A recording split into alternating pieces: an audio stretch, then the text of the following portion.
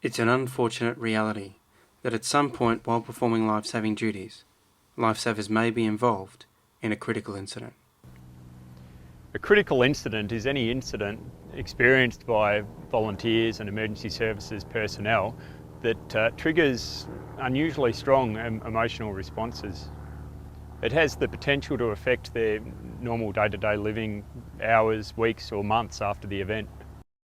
Some examples of critical incidents include contact with a deceased person, a resuscitation, an unsuccessful, long or complicated rescue, when the patient is a child, when there's been a serious injury to yourself or other members, when you're exposed to gruesome sights, or when there's a threat to life. It was a busy January day. We were both on water's edge. We heard a bit of a ruckus kind of over to our right. We went over and there was a group of people pulling a body in from the water. The body looked fairly lifeless. Our initial thought was that the person was unconscious. Turned out the guy was conscious, wasn't able to move either his arms or his legs. So obviously had some sort of spinal injury.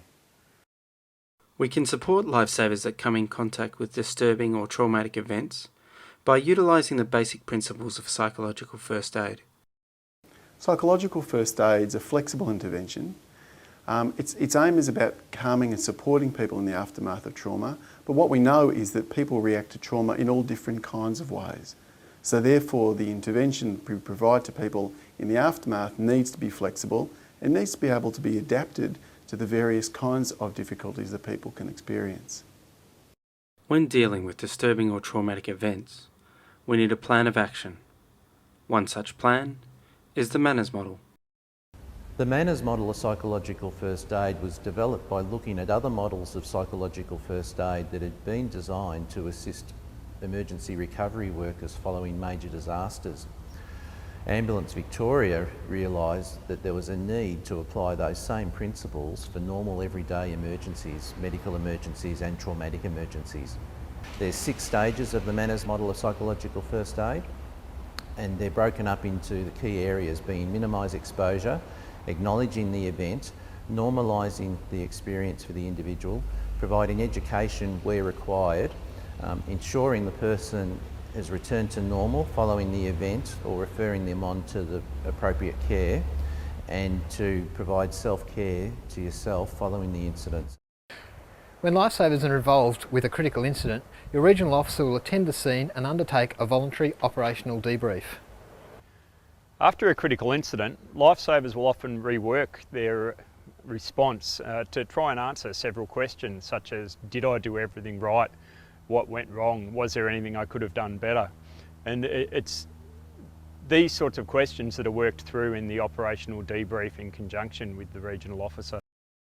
The positive feedback from the debrief was really nice. It made us feel good about what we did. It made us feel, content with what happened.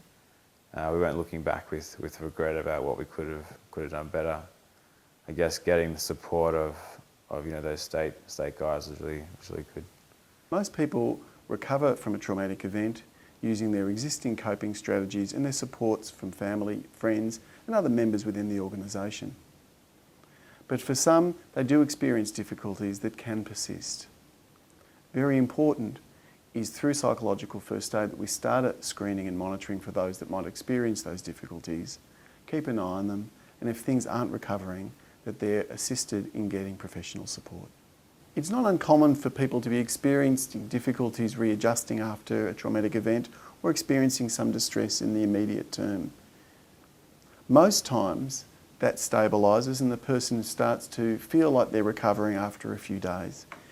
Should the member actually develop a mental health difficulty in the aftermath of a traumatic event, it's important to know that we have treatments that can be very effective intervening and assisting in any of these kinds of difficulties. To assist with the management of critical incidents, Lifesaving Victoria offers a variety of services and resources for members.